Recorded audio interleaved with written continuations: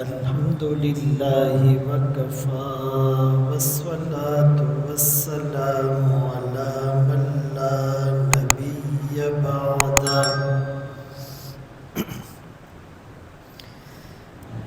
أما بعد فأعوذ بالله من الشيطان الرجيم بسم الله الرحمن الرحيم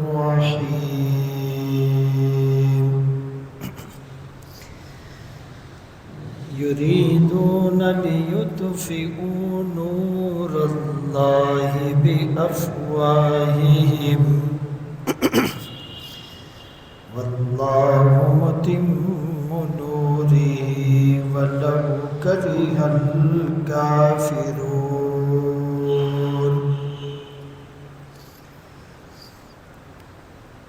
وقال الله تبارك وتعالى في مقام آخر إن الدين عند الله الإسلام وقال النبي صلى الله عليه وسلم لا يؤمن أحدكم حتى يكون هواه تبعا لما جئت به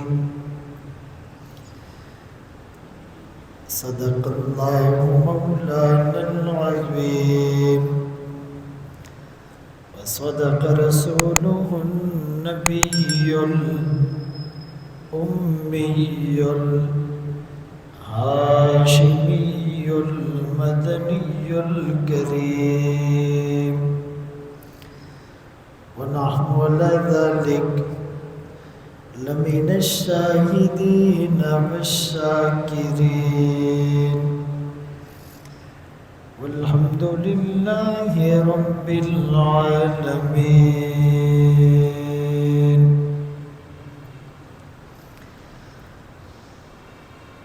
محمد کی غلامی دین حق کی شرط اول ہے، ہو اسی میں اگر کچھ خامی تو سب کچھ نامکمل ہے. کہ محمد سے وفا تو نے تو ہم تیرے ہیں، یہ جہاں چیز ہے کیا لوح و قلم تیرے ہیں. واجب الاحترام عزیزان گرامی، آپ کے سامنے قرآن کریم فرقان مجید کی چند آیات تلاوت کی اور سرکار دو عالم تاجدار مدینہ محمد مصطفیٰ احمد مجتبیٰ صلی اللہ علیہ وآلہ وسلم کی حدیث مبارکہ پیش کی. ان آیات کا خلاصہ اور ماحصل یہ ہے کہ بے شک اللہ کے ہاں جو دین ہے وہ دین اسلام ہے، اور روز اول سے باطل اور کفر اس اللہ کے نور کو، اسلام کو، قرآن کو مٹانے کے در پہ ہے. لیکن یہ لوگ اتنے کمعقل ہیں کہ یہ اپنے منہ کی پھونکوں سے اللہ کے نور کو بجھانا چاہتے ہیں. اللہ اس نور میں دن بدن اضافہ فرمائیں گے. نور خدا ہے کفر کی حرکت پہ خندزن، پھونکوں سے یہ چراغ بجھایا نہ جائے گا. اور اس کا عملی مظہر کہ دن بدن اسلام پھیلتا جا رہا ہے، مسلمانوں کی تعداد میں روز بروز اضافہ ہو رہا ہے، اسلام کی شان و شوکت اور اسلام کی قوت وہ دن بدن بڑھتی جا رہی ہے، اور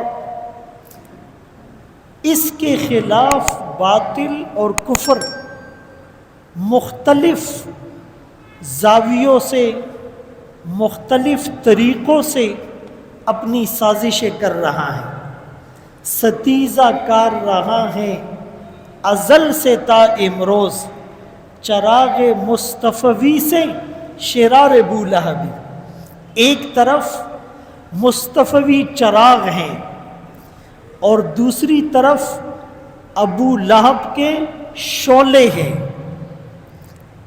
یہ حق اور باطل کا معرکہ، جاء الحق وزہق الباطل، حق اور باطل کا مقابلہ اور ٹاکرا ہو رہا ہے۔ ان الباطل کان زہوقا، اور یہ باطل مٹ کر رہے گا۔ اب خوش قسمت وہ ہیں جو اس سائٹ پر ہیں، اور بدقسمت وہ ہیں جو اس سائٹ پر ہیں۔ انا ہدیناہ السبیل اما شاکرا و اما کفورا، ہم نے راستہ بتا دیا، یہ شکر کرنے والوں کا، یہ کفر کرنے والوں کا۔ ہدیناہ النجدین، مرضی تمہاری ہے۔ تو رسول اللہ صلی اللہ علیہ وسلم نے جب نبوت کا اعلان کیا کہ بھائی ایک اللہ سے ہوتا ہے، تو مشرکین دشمن ہو گئے، 360 خداؤں کو ماننے والے، بلکہ ہزاروں خداؤں کی پوجا کرنے والے، کوئی چاند کو، کوئی سورج کو، کوئی ستاروں کو، کوئی سیاروں کو، کوئی آگ کو، کوئی پانی کو، کوئی درختوں کو، کوئی پتھروں کو اپنا خدا بنا بیٹھا تھا۔ اس وقت یہ اعلان کہ ان میں سے کسی سے کچھ نہیں ہوتا، ایک اللہ سے ہوتا ہے، یہ بہت بڑا اعلان تھا، یہ بہت بڑا انقلابی نعرہ تھا۔ اس سے ان کی چولے ہل گئی، اس سے ان کی وہ بنیادیں دھڑام سے گر گئی، اس سے ان کی وہ چودراہٹ ختم ہو گئی، اس سے ان کی وہ سرداری ختم ہو گئی، تو وہ آقا کے دشمن ہو گئے۔ اور جب اس سے بات نہیں بنی تو جھوٹے مدعیان نبوت کھڑے ہوئے۔ مسیلمہ کذاب بدبخت نے دعویٰ کر دیا میں اللہ کا نبی ہوں، نعوذ باللہ۔ اسود عنسی نے دعویٰ کر دیا، ایک عورت نے دعویٰ کر دیا، اور اللہ کے رسول صلی اللہ علیہ وسلم نے پیشن گوئی کی تھی کہ 30 جھوٹے مدعیان نبوت پیدا ہوں گے، ہر ایک یہ دعویٰ کرے گا کہ وہ اللہ کا نبی ہے، لیکن وہ جھوٹا ہوگا۔ اور یہ سلسلہ چلتا رہا، مسلمان تھوڑے بہت ان کے جانسے میں آئے، لیکن اکثریت کو اللہ نے محفوظ رکھا، اور الحمدللہ آج تک محفوظ ہے۔ پھر دین اکبری کا ایک فتنہ انہوں نے ڈیزائن کیا۔ دین اکبری کیا تھا کہ جی مشترکہ دین، اس کو جو ہے وہ ڈیزائن کرو کہ یہودیت، عیسائیت، اسلام، مشرکین کی بت پرستی، آگ کی پرستش کرنے والے، ستاروں کو پوجنے والے، چاند سورج کو خدا ماننے والے، یہ سب ایک ہی ہے، نعوذ باللہ۔ ایک مشترکہ عبادت خانہ بنایا کہ سب یہاں پر اپنی مرضی کی عبادت کرتے رہے۔ نعوذ باللہ، انہوں نے اللہ کے وجود کا بھی انکار کیا اور نبی کی رسالت کا بھی انکار کیا اور لوگوں کو کہا کہ وہ دین 1000 سال تک کے لیے ویلڈ تھا، نعوذ باللہ اب اس کی ویلیڈیٹی ختم ہو گئی، اب ایک نئے دین کو بنانا چاہیے۔ اسی عنوان سے اکبر بادشاہ نے کچھ علماء کو، کچھ صوفیاء کو اپنے ساتھ جمع کیا، نیا دین ترتیب دیا جس کو دین اکبری کا نام دیا گیا، اور اس کی بنیادی چیزیں کیا تھی کہ لا الہ الا اللہ کے ساتھ نعوذ باللہ اکبر خلیفۃ اللہ پڑھنا ہے، محمد الرسول اللہ صلی اللہ علیہ وسلم کے بجائے۔ سود کو اور جوئے کو لوگوں کی ضرورت اور حلال قرار دے دیا گیا۔ شراب کو اگر وہ تمہیں نشہ نہ دلائے جائز قرار دے دیا گیا۔ داڑھی کو منڈوانے کا حکم دیا گیا۔ عورتوں کو کہا تم نے پردہ نہیں کرنا، چہرے کو کھلا رکھنا ہے۔ زنا کے اڈے قائم کر دیے گئے۔ 12 سال سے پہلے بچے کے ختنے کو ممنوع اور 12 سال کے بعد بچے کو اختیار دیا گیا، وہ چاہے تو ختنہ کرائیں ورنہ نہیں کرائیں۔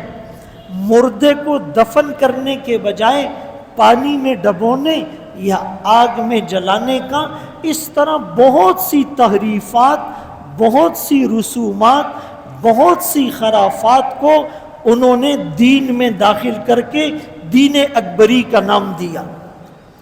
بادشاہت اس کی تھی، وہ لوگوں پر حکومت کے لیے ایک نیا پیٹرن تلاش کرنے لگا، لیکن اس وقت بھی مجدد الفسانی رحمۃ اللہ علیہ اور اہل حق علماء میدان میں اترے، اس کے ساتھ مناظرے کیے، مباحثے کیے، اپنی جانوں کو خطرے میں ڈالا۔ آج دین اکبری کا نام و نشان بھی موجود نہیں۔ کیوں؟ یریدون لیطفئوا نور اللہ بافواہہم، یہ لوگ چاہتے ہیں اللہ کے نور کو، اللہ کے دین کو اپنے منہ کی پھونکوں سے بجھائے، یہ کبھی نہیں ہو سکتا۔ اور پھر اس کے بعد یہ قریب کے دور میں قادیانیت کے فتنے نے سر اٹھایا۔ مرزا غلام احمد قادیانی ملعون نے نبوت کا دعویٰ کر ڈالا، اور نعوذ باللہ کبھی اپنے آپ کو حضرت عیسیٰ علیہ السلام، کبھی اپنے آپ کو حضرت مریم، کبھی اپنے آپ کو حضرت امام مہدی، کبھی اپنے آپ کو نیا نبی، کبھی اپنے آپ کو ذلی نبی، اور کبھی اپنے آپ کو کسی دوسری شکل میں پیش کر کے اس نے نبوت کا دعویٰ کیا۔ اس کے مقابلے میں بھی بند باندھا علماء کرام نے۔ 1954 میں تحریک چلی اور اس میں کئی ہزار غیور مسلمانوں نے، نوجوانوں نے اس باؤنڈری لائن کو، خونی لکیر کو کراس کیا اور اپنے سینے گولیوں سے چھلنی کر دیے، ختم نبوت پر اپنی جانوں کا نذرانہ پیش کر کے ہمیشہ کے لیے امر ہو گئے۔ فنا فی اللہ کی تہ میں بقا کا راز مضمر ہیں، جسے مرنا نہیں آتا اسے جینا نہیں آتا۔ پھر جب قادیانیت کا پودا بھی زیادہ پھلا پھولا نہیں، ان کی دال زیادہ نہیں گلی، تو الہاد، جس کو ایتھیزم کہا جاتا ہے کہ سرے سے اللہ کے وجود کا ہی انکار کر دو۔ پہلے تو قرآن کا انکار کرتے تھے، پھر رسول کی رسالت کا انکار کرتے تھے، پھر ختم نبوت کا انکار کرتے تھے۔ اب انہوں نے کہا سرے سے اللہ کے وجود کا انکار کرو۔ جب اللہ کے وجود کا انکار کرو گے تو رسالت کا انکار بھی ہو گیا، ختم نبوت کا انکار بھی ہو گیا، تقدیر کا انکار بھی ہو گیا، فرشتوں کا انکار بھی ہو گیا، آسمانی کتابوں کا انکار بھی ہو گیا، نبیوں کا انکار بھی ہو گیا، اور قیامت کے قائم ہونے کا اور جزا اور سزا کا اور سوال اور جواب کا جو تصور تھا وہ بھی ختم ہو گیا۔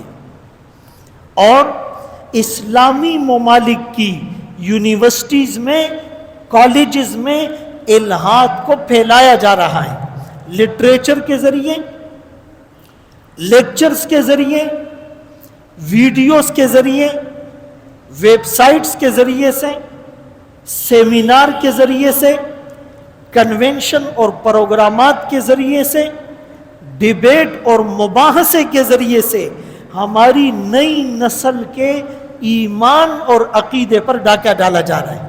ہمیں اپنے بچوں کی تعلیم کی فکر ہوتی ہے، ہونی چاہیے، ہمیں اپنے بچوں کی صحت کی فکر ہوتی ہے، ہونی چاہیے، ہمیں اپنے بچوں کے برائٹ فیوچر کی فکر ہونی چاہیے، ہوتی ہے، لیکن سب سے زیادہ ضروری اپنی بچوں اور نسل کی ایمان اور عقیدے کی فکر ضروری ہے۔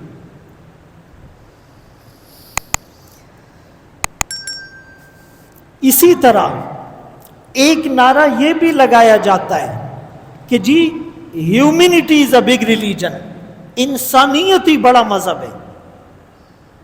کہتا ہے سب سے پہلے انسانیت۔ بظاہر تو یہ نعرہ بڑا خوشنما، بڑا دل ربا، بڑا دل کو چھو لینے والا، ہارٹ ٹچنگ ہے، امپریسو جملہ ہے، لیکن اس کے پیچھے مذہب کا انکار ہے کہ انسانیت بڑا مذہب ہے۔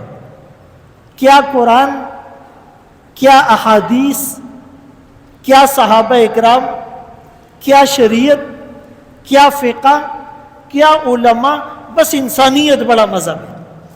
اور بعض لوگ بڑے فخر سے جب ان سے پوچھا جائے آپ کا ریلیجن کیا ہے، تو وہ یہ نہیں کہتے کہ ہم مسلمان ہیں، یہ بھی نہیں کہتے کہ ہم یہودی ہیں، یہ بھی نہیں کہتے کہ ہم عیسائی ہیں، بڑے فخر سے کہتے بس جی میرا مذہب انسانیت ہے۔ بھائی اس انسان کو بنانے والے اللہ ہیں، اور اس انسان کے لیے اسلام کو پسند کرنے والے بھی اللہ ہیں۔ ہم نے اپنی مرضی سے دین اسلام کو اپنا مذہب نہیں چنا۔ ان الدین عند اللہ الاسلام، اللہ کا فرمان ہے کہ میرے نزدیک پسندیدہ اور منتخب دین دین اسلام ہے۔ ایک نعرہ کہ قرآن کا ڈائریکٹ انکار تو نہیں کرتے، لیکن قرآن کی نئی تعبیرات، نئی تشریحات اپنی مرضی کے مطابق، اپنے فہم کے مطابق، اپنی لوجک کے مطابق، اپنی سائنس کے مطابق، اپنے کامن سینس کے مطابق قرآن کی تشریح کرتے ہیں۔ اور سوشل میڈیا پر آپ ایسے بیسیوں لوگوں کو سنتے ہیں۔ اللہ کے رسول صلی اللہ علیہ وسلم نے اس زمانے میں فرمایا تھا، مجھے اپنی امت پر سب سے زیادہ ڈر اس بات کا ہے قرآن ہر ایک کے سامنے کھل جائے اور وہ بغیر عالم کے، بغیر استاد کے اپنی مرضی سے قرآن کی تشریحات کرتا پھرے۔ اور آج یہ ہو رہا ہے۔ تو میرے محترم دوستو، بھائیو، بزرگوں، ہمیں فتنوں سے اپنے آپ کو بھی بچانا ہے، اپنی اولاد کو بھی۔ ابھی 6 ستمبر گزرا ہے، وہ ڈیفنس ڈے تھا کہ 6 ستمبر 1965 کو انڈیا نے پاکستان پر شب خون مارا، اور پاکستانی افواج نے اور عوام نے اور علماء نے ایک فورم پر ان کا مقابلہ کیا اور ان کو ناکو چنے چبوانے، تو وہ ڈیفنس ڈے تھا۔ اور 7 ستمبر جو کل گزرا وہ تحفظ ختم نبوت ڈے تھا۔ 7 ستمبر 1974 کو پاکستانی آئین میں قادیانیوں کو اقلیت، غیر مسلم، مائنورٹی اور کافر قرار دیا گیا۔ تو یہ دونوں دن اہم تھے۔ کسی بھی ملک کو کمزور کرنے کے لیے اس کی جغرافیائی سرحد پر حملہ ہوتا ہے اور اس کی نظریاتی سرحد پر حملہ ہوتا ہے۔ جغرافیائی سرحد کی حفاظت افواج اور مجاہدین کرتے ہیں، نظریاتی سرحد کی حفاظت علماء اور اہل علم کرتے ہیں۔ تو 7 ستمبر 1974 کو قادیانی، جنہوں نے اس ملک کی نظریاتی سرحدوں پر، اسلام پر اور ختم نبوت پر حملہ کرنے کی کوشش کی تھی، تو اس کا توڑ ہوا تھا اور انہیں کافر قرار دیا گیا تھا۔ تو ان دونوں دنوں کو ہم خوشی کے طور پر یاد رکھیں۔ اور اگلی بات کہ ہمارے ملک کی جغرافیائی تکمیل کب ہوگی؟ جب کشمیر اس ملک کا حصہ بنے گا۔ اور ہمارے ملک کی نظریاتی تکمیل کب ہوگی؟ جب یہاں قرآن و سنت کی بالادستی ہوگی، جب یہاں خلافت راشدہ کا نظام قائم ہوگا، جب یہاں صحابہ اکرام کے طرز پر ویلفیئر اسٹیٹ کا تصور پیش کیا جائے گا۔ اور اس ملک کی معاشی تکمیل کب ہوگی؟ کہ یہاں کا معاشی نظام وہ اسلامی بنیادوں پر قائم ہو، سود نہ ہو، رشوت نہ ہو، جوا اور سٹہ نہ ہو۔ کئی لا یکون دولتم بین الاغنیاء منکم، پیسہ سمٹ کر کسی ایک طبقے کے پاس نہ آئے، جس کو circulation of concentration of wealth کہتے، بلکہ پیسہ لوگوں میں برابر برابر گھومتا رہے، سرکولیشن آف ویلتھ، کہ امیروں سے زکوٰۃ لے کر غریبوں میں دی جائے، بیت المال کا نظام قائم ہو جس سے لوگوں کی ضرورتیں پوری ہو، بیواؤں کی کفالت ہو، یتیموں کی نگہبانی ہو، بیماروں کا علاج ہو، بے گھروں کو گھر دیا جائے، لوگوں کی جائز ضروریات کو پورا کرنے کے لیے اسٹیٹ اپنا کردار ادا کرے۔ جب تک یہ کام نہیں ہوں گے، اس ملک کو حاصل کرنے کا جو مقصد تھا اس میں ہم ناکام رہیں گے۔ اور پھر اس ملک کی جغرافیائی سرحد کی حفاظت بھی ضروری ہے، جس پر حملے ہو رہے ہیں۔ کبھی انڈیا کی طرف سے سازش ہوتی ہے، کبھی اسرائیل کی طرف سے سازش ہوتی ہے، کبھی امریکہ اور دوسرے ممالک کی طرف سے سازش ہوتی ہے۔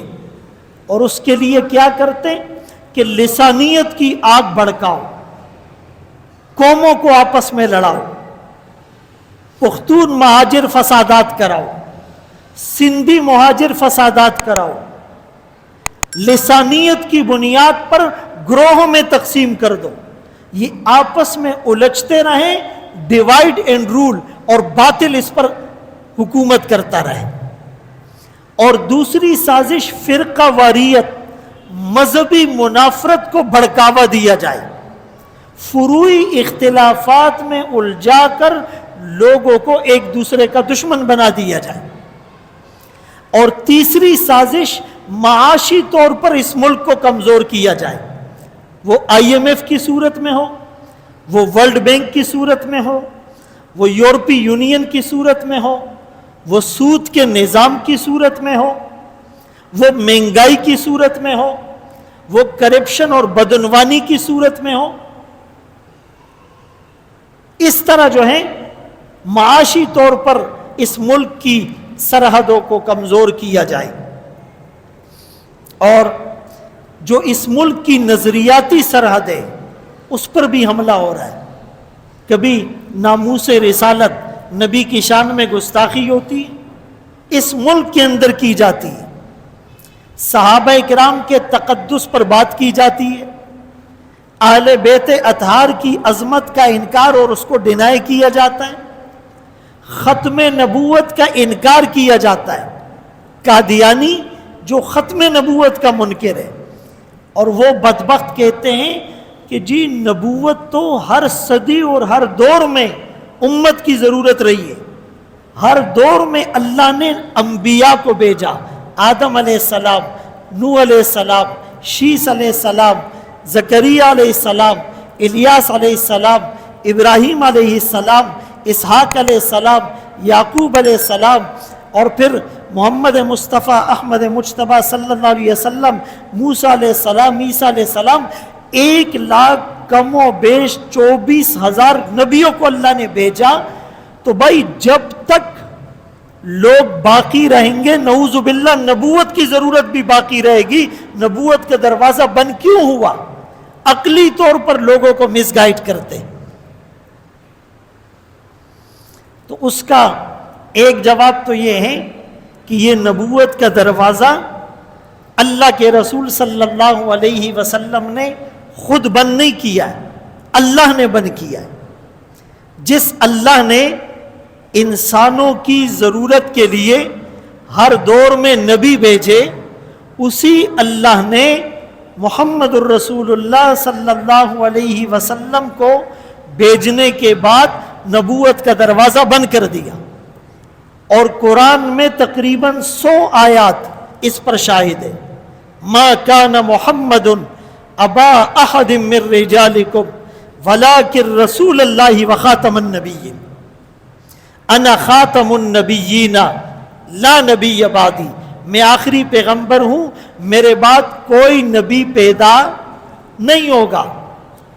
فرمایا انی رسول اللہ الیکم جمیعا، میں تم سب کی طرف رسول بنا کر بھیجا گیا ہوں. سب میں قیامت تک آنے والا آخری انسان بھی آ گیا. کافۃ للناس، ساری انسانیت کے لیے یہ کافی ہے.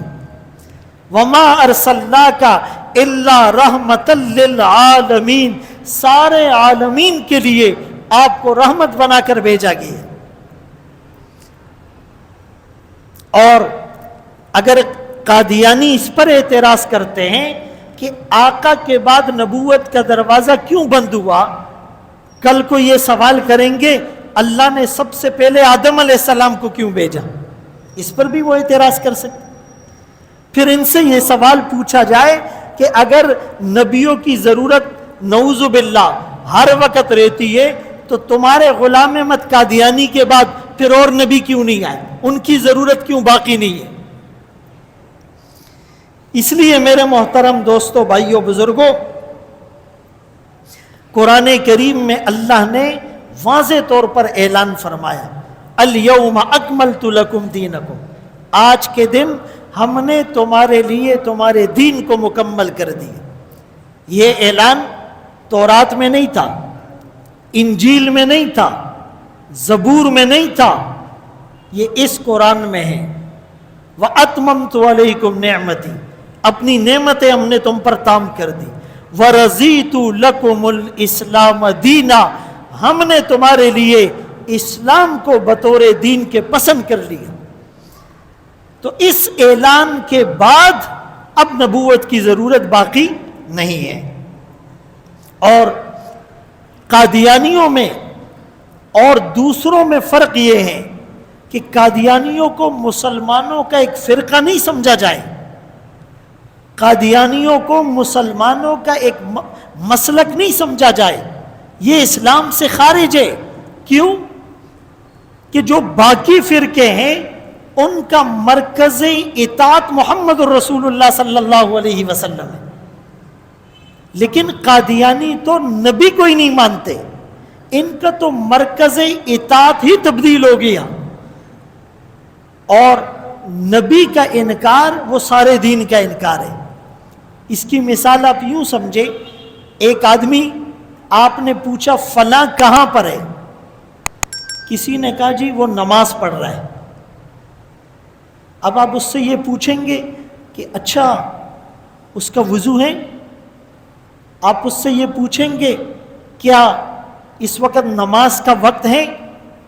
کیا آپ اس سے یہ پوچھیں گے کہ وہ جگہ پا کے جہاں وہ نماز پڑھ رہا ہے، اس کے کپڑے پا کے، اس کا بدن پا کے، اس کا منہ قبلے کی طرف ہے، وہ مسلمان ہے؟ آپ یہ سوال نہیں پوچھیں گے نماز پڑھ رہا ہے اس کا مطلب وضو میں بھی ہے، پاک بھی ہے، سطر بھی چھپا ہوا ہے، نماز کا وقت بھی ہے، مسلمان بھی ہے، قبلہ رخ بھی ہے۔ اسی طرح جس نے ختم نبوت پر ایمان مضبوط کر لیا اس کے سارے عقیدے مضبوط ہو گئے، اور جس نے ختم نبوت پر ایمان مضبوط نہیں کیا اس کے سارے عقیدے خطرے میں پڑ گئے۔ تو یہ قادیانی بدبخت یہ رسول اللہ صلی اللہ علیہ وسلم کے ختم نبوت کے منکر ہیں، اور اس ملک کی جو تہذیب اور ثقافت ہے، جو کلچر ہے، اس پر بھی دو طرفہ الغار ہے۔ ایک ہندوانہ کلچر، چونکہ تقسیم سے پہلے ہندو اور مسلمان ساتھ رہتے تھے تو بہت سی ہندوؤں کی چیزیں معاشرے نے ایڈوپٹ کر لی تھی، اور دوسرا ویسٹرن کلچر، مغرب بھی اپنا کلچر مسلمانوں کے اوپر انڈیل رہا ہے۔ ہر ملک کے اندر وہ ڈراموں میں، فلموں میں، وقفوں میں، میوزیکل کنسرٹ میں، پروگرامات میں وہ مغربی کلچر کو مسلمانوں کے اوپر مسلط کر رہا ہے۔ میرے محترم دوستوں، بھائیوں، بزرگوں، قرارداد مقاصد میں جو باتیں طے ہوئی تھی، اسلامی دفعات میں جو باتیں طے ہوئی تھی، اس کے اوپر حملے ہو رہے ہیں۔ ان فتنوں سے نجات کے لیے آپ کو علماء سے جڑنا ہوگا، آپ کو مدارس سے جڑنا ہوگا، آپ کو تبلیغ سے جڑنا ہوگا، آپ کو خانقاہوں سے جڑنا ہوگا، آپ کو قرآن کریم کے درس میں بیٹھنا ہوگا، آپ کو قرآن کریم کی تفاسیر میں بیٹھنا ہوگا، آپ کو دینی کورسز کرنے ہوں گے۔ اس کے بغیر ایمان محفوظ نہیں رہے گا۔ ہم سے لوگ سوال پوچھتے ہیں اور ان سوالوں کو سن کر ہم کانپ اٹھتے ہیں کہ کس طریقے سے مسلمانوں کو ان کے نبی سے دور کیا جا رہا ہے۔ اقبال مرحوم نے اس زمانے میں سازش کو بانپ لیا تھا اور کہا وہ فاقہ کش کہ موت سے ڈرتا نہیں ذرا، روح محمد اس کے بدن سے نکال دو، فکر عرب کو دے کے فرنگی تخیلات، اسلام کو حجاز و یمن سے نکال دو۔ جب تک اس امتی کا تعلق اس کے نبی کے ساتھ مضبوط ہوگا، دنیا کی کوئی طاقت اس کو گمراہ نہیں کر سکتی، اور جب اس امتی کا تعلق نبی سے کمزور ہو جائے گا پھر یہ تنکے کی طرح، خس و خاشاک کی طرح بہہ جائے گا۔ تو یہ جو ختم نبوت ہے یہ ان بدبختوں کی ایک سازش ہے جس کے خلاف جو ہے مسلمان متحد ہوئے، اور 7 ستمبر 1974 کو پاکستانی آئین میں قادیانیوں کو کافر قرار دیا گیا، اقلیت قرار دیا گیا۔ اب قادیانی اپنے آپ کو احمدی کہتے ہیں، حالانکہ جس طرح ہمارے آقا کا نام محمد ہے صلی اللہ علیہ وسلم، اسی طرح آقا کا نام احمد بھی ہے۔ انجیل میں جو تذکرہ ہے قرآن کریم کے 28ویں پارے میں، یأتی من بعدی اسمہ احمد، عیسیٰ علیہ السلام نے کہا میرے بعد ایک نبی آئے گا جس کا نام احمد ہوگا۔ تو ان کا اپنے آپ کو محمدی کہنا بھی غلط، ان کا اپنے آپ کو احمدی کہنا بھی غلط ہے، اور دھوکے سے یہ مسلمان لڑکیوں سے شادیاں کرتے ہیں اور پھر باہر کا لالچ دیتے ہیں، نوکری کا جانسا دیتے ہیں، مختلف مراعات کی پیشکش کرتے ہیں، اور مسلمان ان کے نرغے میں آ جاتا ہے۔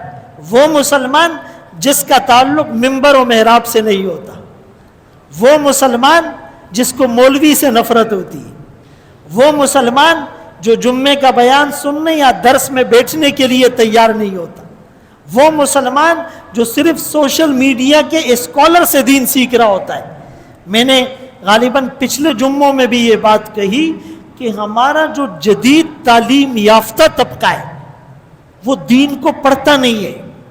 اگر دین کو پڑھتا ہے وہ بھی مغربی سورس سے پڑھتا ہے, مغرب کے لٹریچر سے پڑھتا ہے, برٹانیکا جیسی ویب سائٹ سے پڑھتا ہے.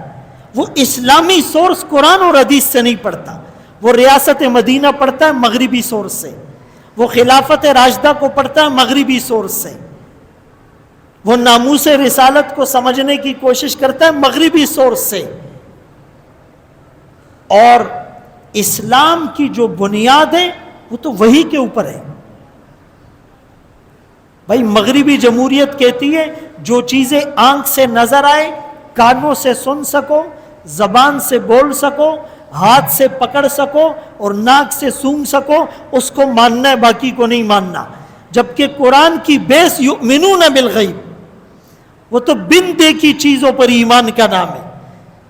ہم نے اپنے آقا کو نہیں دیکھا ہے, ہم نے قرآن کو بطور وحی اترتے ہوئے نہیں دیکھا, ہم نے جنت اور جہنم کو اپنی آنکھوں سے نہیں دیکھا, ہم نے فرشتوں کو اور دیگر انبیاء کو اور ان پر اترنے والی کتابوں کو اور آسمانی صحیفوں کو نہیں دیکھا, ہم نے قبر کے عذاب کو اور پل صراط کو اور نامہ اعمال کے منظر کو اور وزن اعمال کو اپنی آنکھوں سے نہیں دیکھا. لیکن ہماری بیس بن دیکھے ایمان لانا, اسی وجہ سے تو مسلمان ہوتا ہے, وہی اسی کا نام ہے.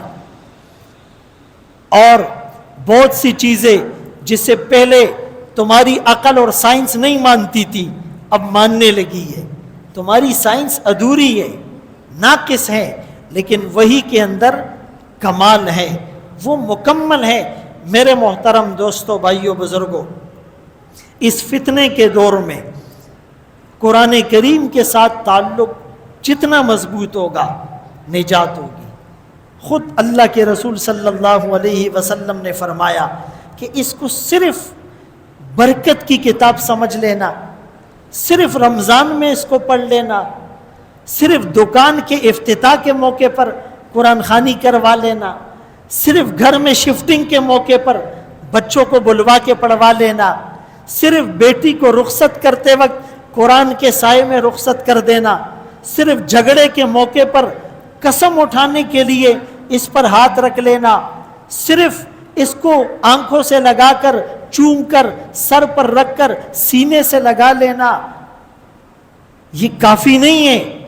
برکت اس میں ہے, ثواب اس پر بھی ملے گا, لیکن نجات کے لیے اس کو پڑھنا اور پھر اس کو سمجھنا اور پھر اس پر عمل کرنا اور پھر اس کے مطابق اپنا کھانا پینا سونا جاگنا چلنا پھرنا اوڑھنا بچھونا خلوت جلوت صبح شام دن رات انفرادی اجتماعی زندگی معاشرت اور معیشت شادی اور بیاہ کاروبار اور بزنس سارے معاملات کو اس کے مطابق کرنا. قرآن اس لیے آیا ہے.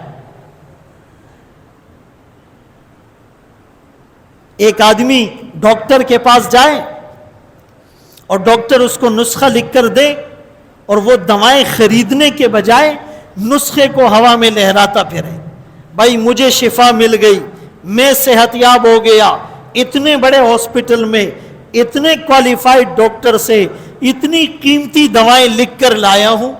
لوگ کہیں گے بابا جب تک ان دواؤں کو خرید کر استعمال نہیں کرو گے وہ بھی ڈاکٹر کے بتائے ہوئے نسخے کے مطابق تب تک شفا نہیں ملنی. ہم بھی قرآن کا نعرہ تو لگاتے ہیں, توحید کی امانت سینوں میں ہے ہمارے, آسا نہیں مٹانا نام و نشاں ہمارا. بھائی قرآن پڑھنا آتا ہے؟ نہیں جی. قرآن کا ترجمہ پڑھا ہے؟ ضرورت ہی محسوس نہیں. قرآن کی تفسیر کسی عالم سے پڑھی؟ او جی یہ تو مولویوں کا کام ہے. آپ کہیں سے بھی قرآن کھول کر دیکھیں, جو قرآن میں ہے وہ کچھ اور ہے, جو ہم کر رہے ہیں وہ کچھ اور ہے. ہمارا کاروبار قرآن کے مطابق ہے, ہماری شادیاں قرآن کے مطابق ہیں, ہمارے معاملات قرآن کے مطابق ہیں, ہماری تعلیم اور تعلیمی نظام اور نصاب اسکولوں کا قرآن کے مطابق ہے, ہمارے عدالتوں میں فیصلے قرآن کے مطابق ہیں, ہماری مارکیٹوں میں کاروبار قرآن کے مطابق ہے, ہمارا میراث جو ہم دیتے ہی نہیں ہے قرآن کے مطابق ہے، ہمارا وصیت کا نظام قرآن کے مطابق ہے، ہمارا جو مہر عورتوں کو دیتے ہی نہیں یا ولیمہ ہے وہ قرآن کے مطابق ہے، کون سی چیز قرآن کے مطابق ہے؟ اسی لیے تو اقبال نے جواب شکوہ میں کہا تھا، صفحہ دار سے باطل کو مٹایا ہم نے، نوع انسانی کو غلامی سے چھڑایا ہم نے، تیرے کعبے کو جبینوں سے بسایا ہم نے، تیرے قرآن کو سینوں سے لگایا ہم نے، تھے تو وہ آباد تمہارے ہی مگر تم کیا ہو، ہاتھ پر ہاتھ دھرے منتظر فردا ہو۔ ہر کوئی مست میں ذوق تن آسانی ہے، تم مسلمان ہو، یہ انداز مسلمانی ہے، حیدری فقر ہے نہ دولت عثمانی ہے، تم کو اسلاف سے کیا نسبت روحانی ہے، وہ معزز تھے زمانے میں مسلمان ہو کر، تم ذلیل و خوار ہوئے تارک قرآن ہو کر۔ صحابہ نے قرآن کو اپنا امام بنایا، قرآن نے صحابہ کو زمانے کا امام بنایا، خود نہ تھے جو راہ پر اوروں کے ہادی بن گئے، کیا نظر تھی جس نے مردوں کو مسیحا کر دیا۔ کسی نے کیا خوب کہا، قرآن کو زندگی میں لے آؤ، قرآن زندگی بنا دے گا۔ اور قرآن کو زندگی میں لانے کے لیے علماء سے رابطہ کرنا پڑے گا، اس کے لیے ہمارے پاس وقت نہیں، اس کے لیے ہم تیار نہیں۔ میرے محترم دوستو، بھائیو، بزرگوں، ان باتوں پر عمل کرنے کے لیے اپنے گریبانوں میں جھانکنا پڑے گا، ٹٹولنا پڑے گا، تھوڑا سا ہلانا پڑے گا، اپنے آپ کو ریمائنڈ اور ریکال کرنا پڑے گا، یاد دہانی کرانی پڑے گی، محاسبہ کرنا پڑے گا، تذکیر کرنی پڑے گی، ورنہ دھوکے میں دنیا سے چلے جائیں گے اور وہاں پر قرآن ہمارے خلاف حجت ہوگا۔ یہ میرے جذباتی الفاظ نہیں، لسان نبوت سے نکلا ہوا جملہ ہے، القرآن حجت لک او علیک، یہ قرآن یا تمہارے لیے لڑے گا یا تمہارے خلاف لڑے گا۔ اور اللہ کے رسول بھی کہیں گے، ان قومی اتخذوا ھذا القرآن مہجورا، اس قوم نے قرآن کو چھوڑ دیا تھا، ترک کر دیا تھا، صرف نظر کر لیا تھا، چشم پوشی کر لی تھی، قرآن کے لیے ان کے پاس وقت نہیں تھا، تو ہماری ساری چیزیں بیکار ہوگی۔ اللہ ہمیں ان باتوں پر عمل کی توفیق نصیب فرمائے۔ وآخر دعوانا ان الحمدللہ رب العالمین۔